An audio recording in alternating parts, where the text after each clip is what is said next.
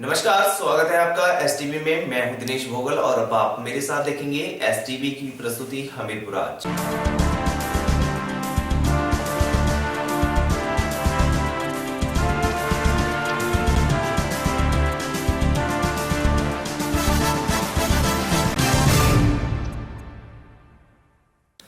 राजकीय जिला आयुर्वेदिक चिकित्सालय हमीरपुर में ठीक होने आए मरीजों की मर्ज अस्पताल में ही पड़ी गंदगी बढ़ा रही है।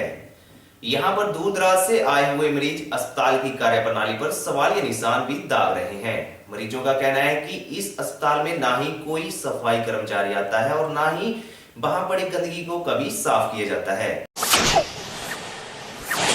जिला आयुर्वेदिक अस्पताल हमीरपुर में मरीजों को झेलनी पड़ रही हैं परेशानियां। अस्पताल में ठीक होने आए मरीजों का कहना है कि अस्पताल में उन्हें किसी भी प्रकार की मूलभूत सुविधा नहीं मिल पा रही है। इतना ही नहीं बल्कि मरीजों को पानी के लिए भी तरसना पड़ रहा है।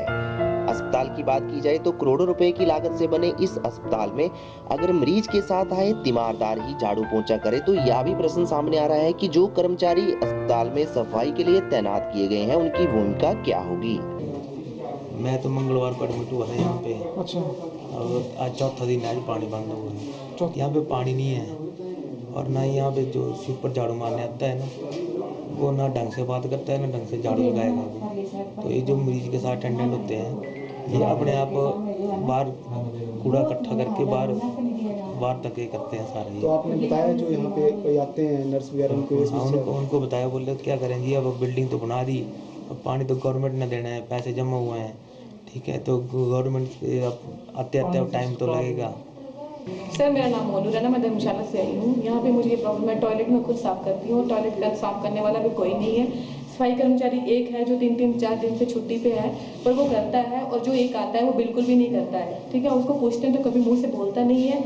और इवन ये बाथरूम की सफाई सब कुछ हम खुद साफ करते हैं। टॉयलेट का जो बाथटब है वो हम खुद साफ करते हैं, पानी फेंक के, कोई भी नहीं साफ करता है।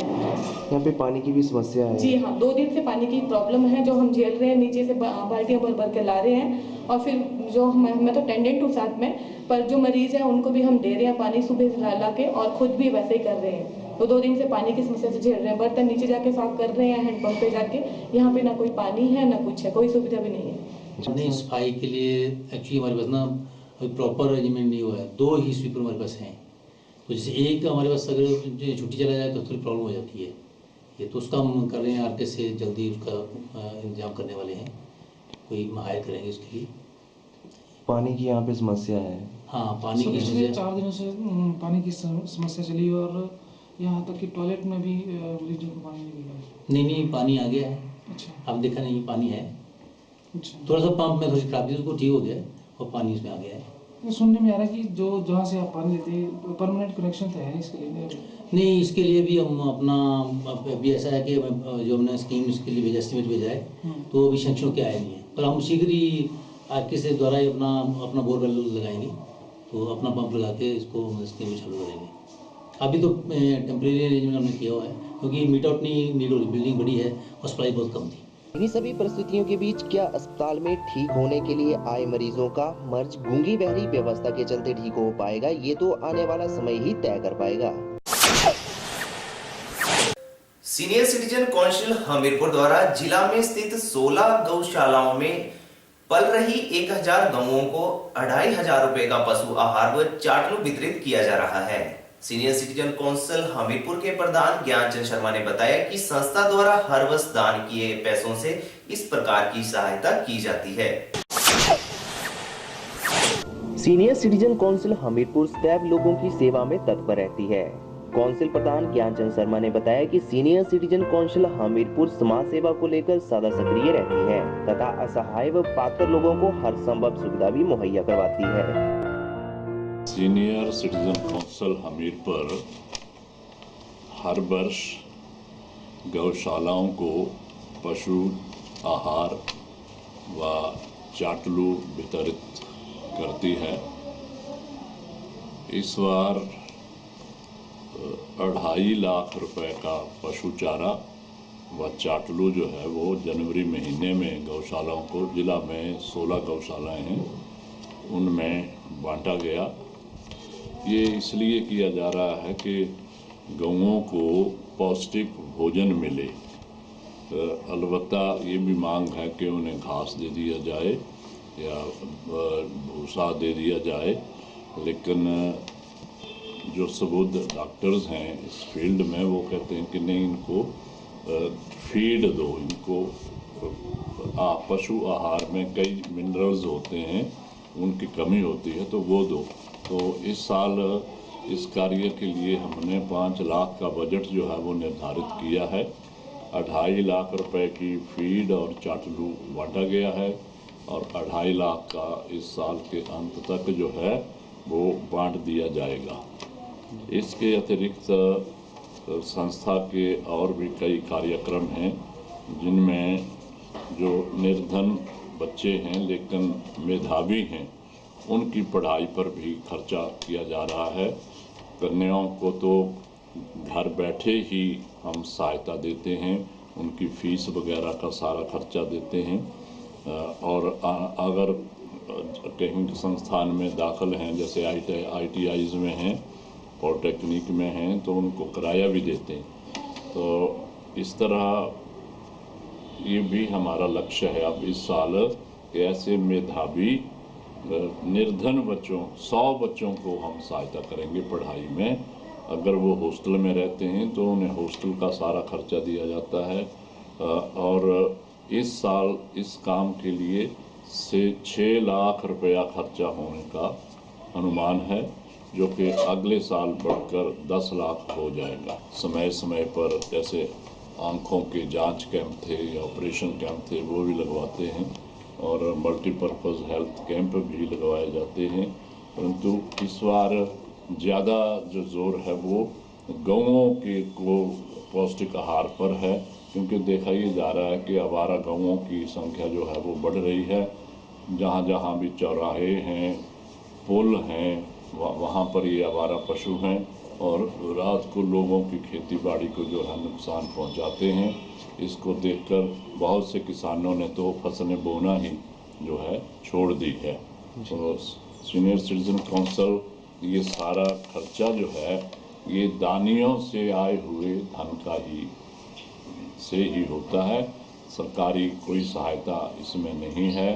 इस समय 5000 दानी परिवार संस्था से जुड़े हुए हैं और संस्था की जो आय है वो भी दिनों दिन बढ़ती जा रही है।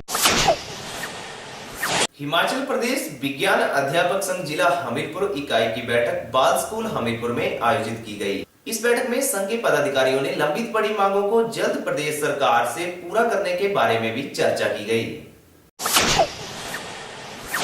आज हमारे हिमाचल प्रदेश विज्ञान अध्यापक संघ की मीटिंग यहाँ स्थानीय स्कूल में आयोजित की जा रही है और उसमें हम जो कुछ विशेष मुद्दे उठा रहे हैं। जैसा कि आप जानते हैं कि विज्ञान अध्यापकों को 25 साल के बाद भी पहली पदोन्नति का इंतजार करना पड़ता है। दूसरे किसी भी सेक्शन में इस तरह की अव्यवस्था नहीं है। यहाँ पे RMP रूल्स का जमकर दुरुपयोग हुआ है और हम लोग सरकार से ये आग्रह करना चाहेंगे कि 25 साल तक जिसको एक भी पदोन्नति नहीं मिल पा रही है उसके लिए विशेष वेतन वृद्धि का जो है प्रावधान होना चाहिए।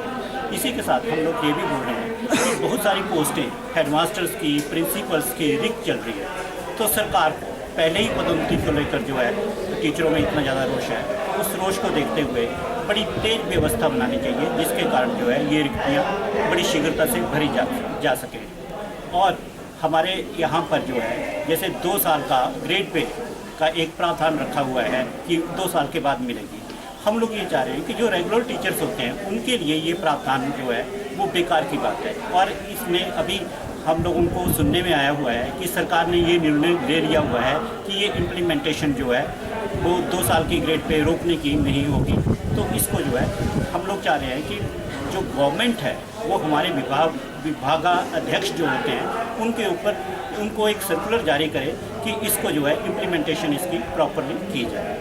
तो ये लगभग इस तरह के मुद्दे हैं और इन्हीं के ऊपर जो है हम लोग विचार विमर्श कर रहे हैं। एक बोर्ड को लेकर जो है हम लोग जो जैसे साइंस सब्जेक्ट है, मैथ्स का जो पेपर होता है, तो उसके सरलीकरण के लिए बात हो रही थी।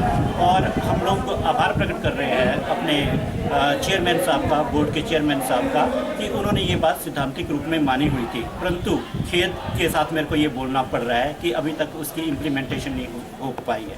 हर बार जो मैथ्स का जो पेपर होता है उसको पहले रखा जाता है, तो इसमें भी जो है विद्यार्थियों को, टीचरों को जो है थोड़ी सी परेशानी होती है कि हर बार एक ही सब्जेक्ट को आप क्यों टारगेट बनाते हो। तो ये चीज़ें जो है हम लोग सरकार के समक्ष रखना चाह रहे हैं। डिस्ट्रिक्ट कार्यकारिणी का विस्तार किया गया और इसमें जो मेन मुद्दे थे कुछ हमारे जो स्टेट के वर्किंग प्रेसिडेंट श्री मनोज पाल बिहार जी ने डिस्कस किए। उसके साथ में कुछ ये चाह रहा हूँ कि जो हमारे कॉन्ट्रैक्ट के एम्प्लॉई हैं उनका जो 31 मार्च की शर्त है उसको हटा दिया जाए। जब भी वो उनका टाइम ड्यूरेशन पूरा होता है उसी से उनको रेगुलर किया जाए। तो ये विभाग से मैं ये अनुरोध करूँगा कि इन जो चीज़ें हैं, हमारे जो डिस्पैरिटी है उसको ख़त्म किया जाए। और साथ में जो भी हमारे साथियों के साथ 2 साल के लिए ग्रेड पे के साथ अन्याय किया जा रहा है उसके प्रति भी ये कि हमारा जब भी रेगुलर होते हैं तो उनको 3600 ग्रेड पे दी जाती है, उनको भी 5000 ग्रेड पे ही दी जाए। और जो अगर कोई प्रमोशन होती है तो प्रमोशन में भी वो पिछली वाली ग्रेड पे रखा जाता है, तो वो भी बिल्कुल बराबर की जाए। इसके साथ अभी जो 19 तारीख को सीएम साहब का दौरा बरेली में है, तो मैं सभी विज्ञान अध्यापकों के साथ ये उनको ये अनुरोध भी करूंगा कि सभी अध्यापक जो हैं वहाँ पर आए और वहाँ पे आकर के सीएम साहब के साथ हम अपनी जो मांगे हैं उनको रखेंगे। धन्यवाद।